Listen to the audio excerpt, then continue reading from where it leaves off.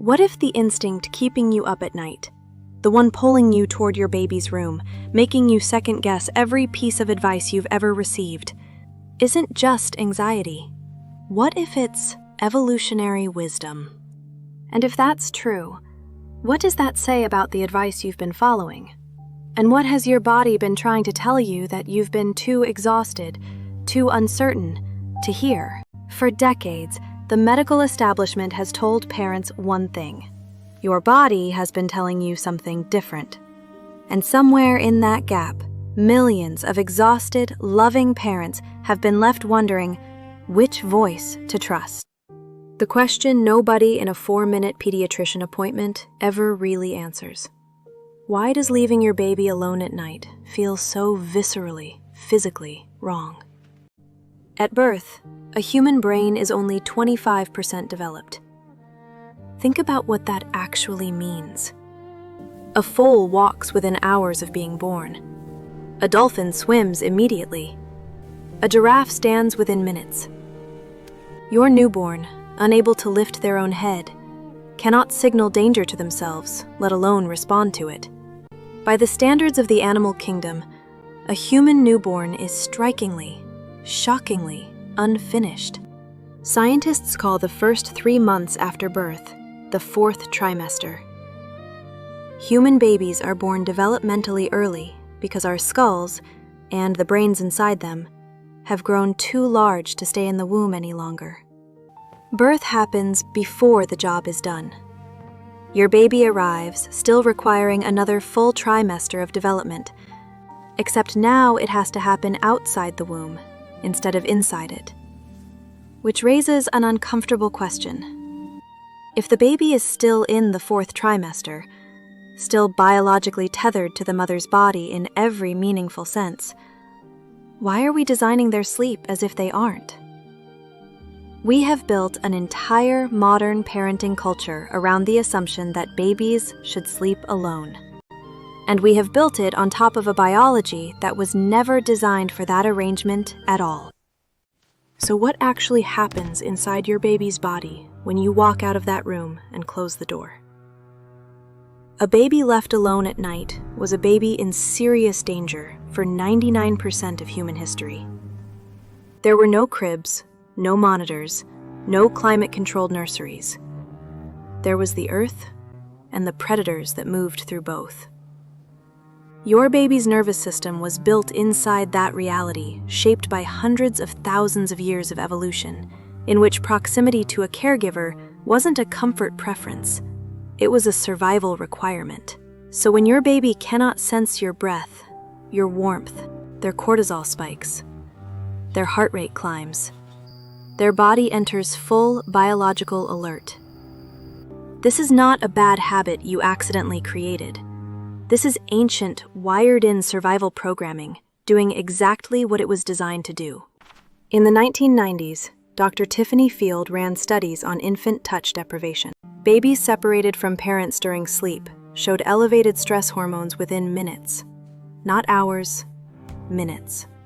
A 2012 study in early human development tracked infants sleeping alone versus near a caregiver. When sleeping alone, babies spent significantly more time in heightened autonomic arousal, their bodies on full alert, even while unconscious. From the outside, they looked fine, but their biology told a completely different story. So if separation creates that kind of internal response, what does closeness actually do? What is happening inside a baby's body when you stay? When a mother sleeps in close physical contact with her infant, her breathing synchronizes with theirs. You are, in a very real physiological sense, lending your nervous system to your child while they sleep. While we can't stop to think about our tiny humans, we must at least give some thought to what this does to you. Every warning about co-sleeping assumes you'll sleep less. The data suggests that may not be true. Nighttime nursing without full waking, catching a fever at 3 a.m.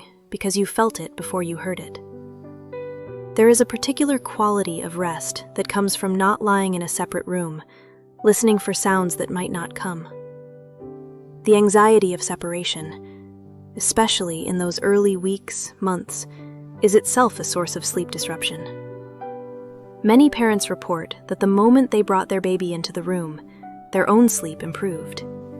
But here's where this gets complicated. Some parents genuinely cannot co-sleep safely. If you are a heavy sleeper, if you move dramatically during the night, if you have a sleep disorder, or if you are on medication that affects your responsiveness, bed sharing is not the right choice for your family. There is no moral failing in that, no lesser love implied. But proximity is not the same as bed sharing. A sidecar crib attached to your bed, a bassinet within arm's reach. Room sharing without bed sharing still gives your baby your breath, your smell, the ambient sound of your body, and gives you the ability to reach them before the silence stretches long enough to become something worse. The goal is proximity, not a specific furniture arrangement. But there's a quiet casualty in this conversation that almost nobody talks about. Fathers. Research on co-sleeping has historically focused on mother's-infant pair. This has had an unintended consequence. Fathers have been left out of the conversation as if they were bystanders rather than participants. But fathers who co-sleep report that it is one of the only spaces in early parenthood where they feel biologically connected to their infant. There is one objection that outlasts all the others. What about independence? Won't they never want to leave? Won't they become dependent, clingy, unable to self-soothe? Aren't we doing them a disservice by being too close for too long? The fear is understandable, but it is built on a misunderstanding of how independence actually develops. Co-sleeping is the global norm, not the exception. It is only in Western post-industrial cultures, primarily since the late 19th century, that solitary infant sleep became the standard. In the rest of the world, and throughout virtually all of human history, sleeping near your child was simply what parents did. Most children naturally transition out of shared sleep somewhere between 3 and 5 years, and often earlier when gently guided. Children who are pushed out before they are ready tend to cling to the arrangement longer. Children who are moved through it in a way that honors their readiness move faster. Independence is not built by withdrawing closeness before a child is equipped to handle its absence. Independence is built by filling the child with enough security that they no longer need the external anchor. The security has to exist before it can be relinquished. John Bowlby, whose attachment research began in the 1980s, argued that the quality of the early caregiver-infant relationship shapes, in lasting structural ways, how a person relates to others for the rest of their life. Sleep is when the child is most helpless, most dependent, most in need of the signal that someone is there.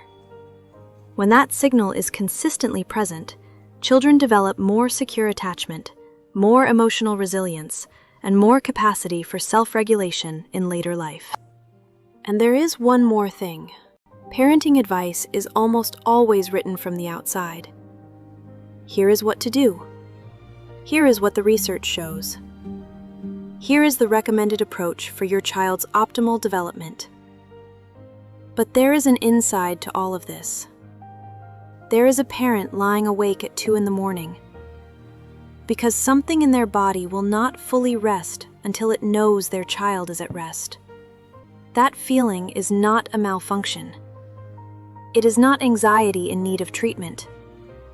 It is a biological system doing exactly what it was built to do, keeping you close to someone who needs you close.